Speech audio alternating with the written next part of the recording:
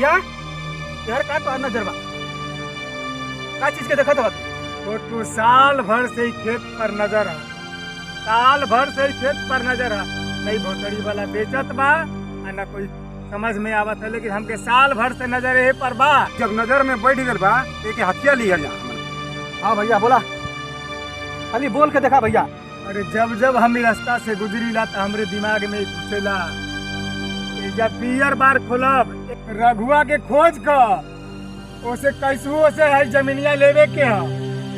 भैया अब जो ऐसी ना दी तो साला के काट के ओकरी अंगूठा का साइन हमन के लेके आ जाई भैया। भैया एक खेत का टेंशन छोड़ दा, खेत का टेंशन छोड़ दा तू। हेलो, अच्छा ठीक है, रखा फोन ना। हाँ बे हम फोन करते हैं। पानी इतना ज्यादा भर गइल बा, धान फूटल नहीं है। उधर के सारा धान फूट गइल बा, कब तक फूटी?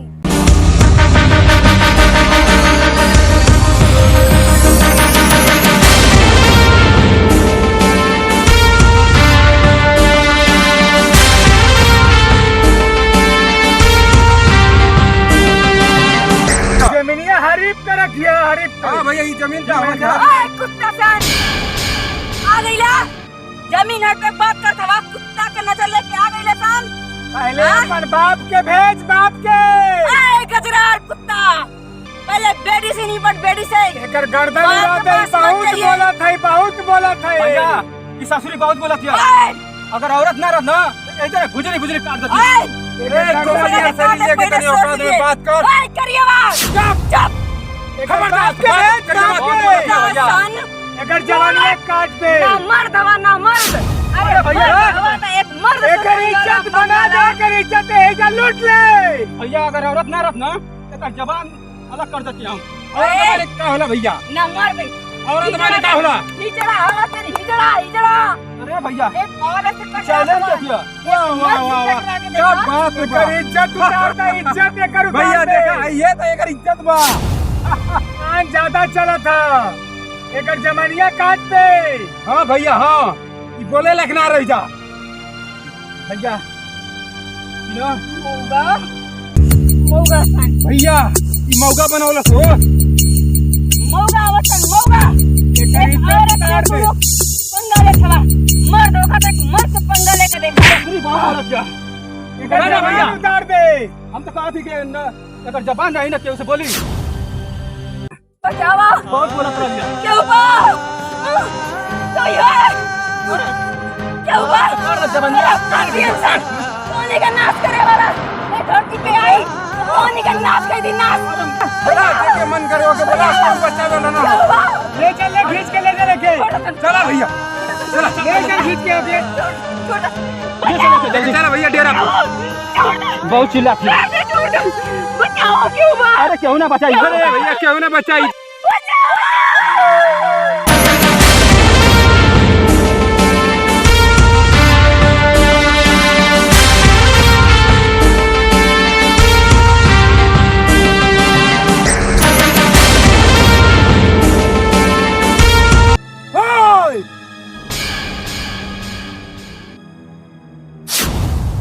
चुपचाप मुस्कान के छोड़ के अपनी अपनी घरे कल्टी मार ला ना तो उनके इतना काटब कि तू उनका घर लगे उनके ना पहचान पाइयो। भैया लगा था साथ साथ हो जाई। मार सारा के। अरे साला तो नहीं।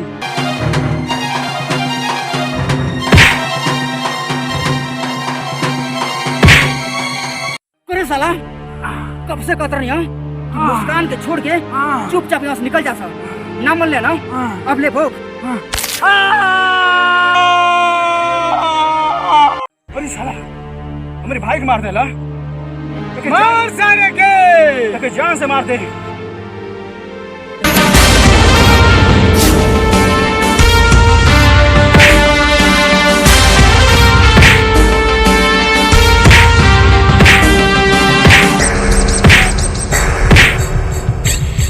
करे साला ये गोद तोड़ लिया ना, अब तो मुड़ी तोड़ा। उनका मन बहुत ज्यादा बढ़ गई बा।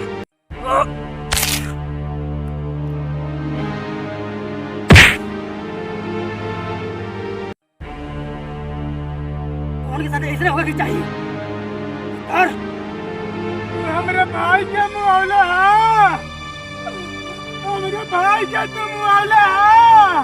अरे आन के धन पर कनावा राजा हैं? अरे बाप रे, हमरे भाई के मुआवले। तू चिंता मत कर, तो के जान से ना मारा, तो के जिंदा रखब ताकि तू ई दिन जिंदगी बर्बाद रखिए। अरे हम ना जानत रहली रे। करियावा रे करियावा रे, हमके चोर का कहा गईले रे करियावा। अरे बाबू रे बाबू, अरे छोटा का, अरे छोटा का रे, अरे हमके चोर का कहा गईले रे छोटा का। अरे बाबू रे बाबू, हमारे भाई के मुंह आगे लगता, एकर बदला हम जरूर ले, एकर बदला हम जरूर ले। विजयबा मारला सा ना भाई, तो हर बदला हम जरूर ले। इस समय हमके भागे में ही पूछा था, न तो हमहू के मुंह आगे हम भागल रहत तब न तब बदला ले गोते। ठीक है।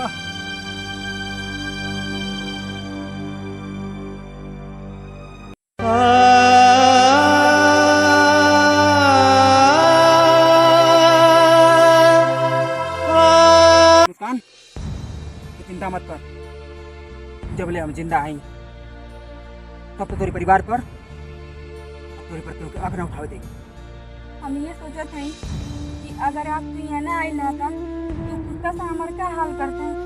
हम तो कहीं मुँह दिखावे के लायक न रहती हम। तोहर बहुत बहुत एहसान बा। चल घर चल।